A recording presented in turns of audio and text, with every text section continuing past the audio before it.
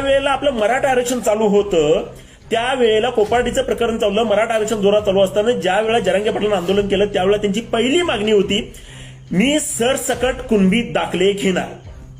आता सरसकट कुणबी दाखले घेतले म्हटल्यानंतर तो बी मराठा होता आणि मी पण मराठाच आहे.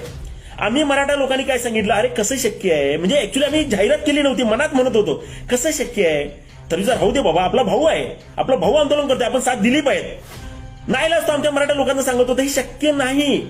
शक्य नाही म्हटल्याबरोबर लगेच कॉमेंट चालू झाल्या, अरे तुम्ही काय सांगताय, तुम्ही कसले मराठे विरोधात जाताय काय. मला सांगा, आम्ही सांगितलं सरसकट कुणबी दाखले मिळत नाहीत, जरांगे पाटलांनी म्हटले होते घेऊन दाखवणार. तुम्हीच उत्तर द्या. ह्याचं त्यावेळेला 2 महिन्यापूर्वी उत्तर सांगितलं, ते उत्तर काय ठरलं, कुणबी दाखले सरसकट मिळाले नाहीत. मग आम्हाला शिव्या घालून, मराठा माणसानं मराठी माणसाला शिव्या घालून ह्याच्यामध्ये आपण वास्तव का स्वीकारलं नाही.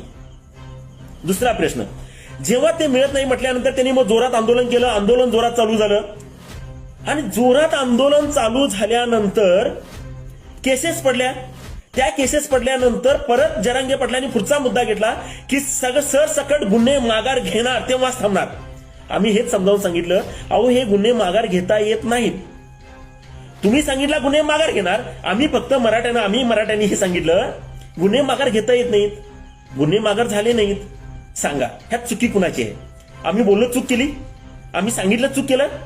तुमच्या कमेंट जे येतात ना, विचार करा की जे सत्य आहे ते ऐकायचं नाही, तुम्हाला कानामध्ये बुतड्या घालायच्या आहेत. असत्य आहे ते मात्र ऐकायचं आहे. अरे विरोधात कोण बोलत नसते, कोण बोलत नाही, तिथून पुढे बोलायचं नादच नाही. उद्यापासून काय काय होणार ते पण भविष्य सांगतो तुम्हाला. झालं, सरसकट कुणबी दाखले मिळाले नाहीत, आम्ही मिळणार नाहीत म्हटलं, तुम्ही मिळणार म्हटला, तिथं कोर्टाला गुन्हे माघार होणार नाहीत. आजही सांगतो गुन्हे माघार होत नाहीत. तुम्ही आम्हाला शिकवायची गरज नाहीये.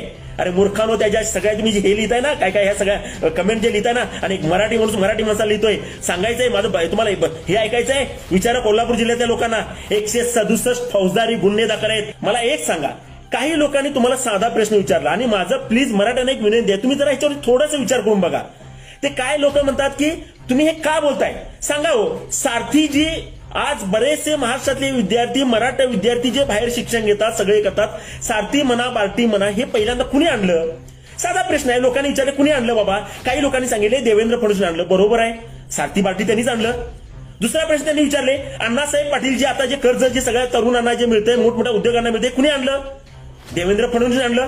कोण नाकारते सांगा. अरे मी मराठा म्हणून नाही नाकारायचं, सारथी त्यांनी आणलं, मान्य करावं लागेल. अण्णासाहेब पाटील जे आज जे ह्यांना कर्ज मिळते त्यांनी आणलं, मान्य करावं लागेल.